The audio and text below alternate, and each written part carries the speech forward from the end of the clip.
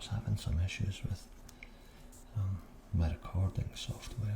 I've been using OBS, Open Broadcast Software, which is usually for broadcasting, but it also records, and it was doing a great job, and I hope it continues to do a great job. However, I noticed on my last video, it flickered just a wee bit in a couple of places. Didn't ruin anything, but it was enough to get me worried, so I'm hoping it's going to be just fine, that was a one-off glitch. Otherwise I'm looking for another one.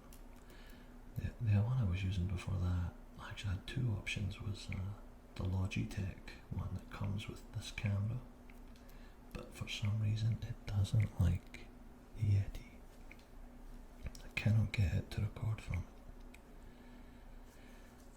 I didn't really like it anyway, so I just left it. And my other option, which I used for most of my videos, actually almost all of my videos, is the Windows 10 camera app, which is really simple, and it was great.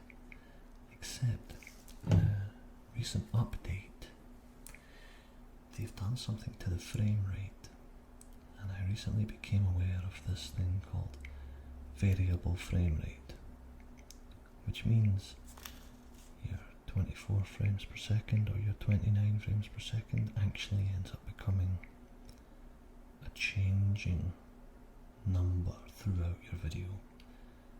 So the Yeti records at a steady, constant rate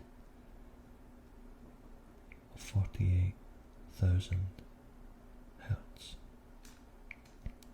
The camera, for some reason, is recording at a different rate. I know it's slightly different measurements, so I'm not entirely sure how that works, but where the mic was consistent, the video became variable, so it completely messed up the sync in my videos, so it was driving me crazy. I would have to put the video into a program called Handbrake and then re-export that video in a constant frame rate, and then it would work, but it took twice the amount of time, and I wasn't happy with the results because the audio sounded a little bit noisy,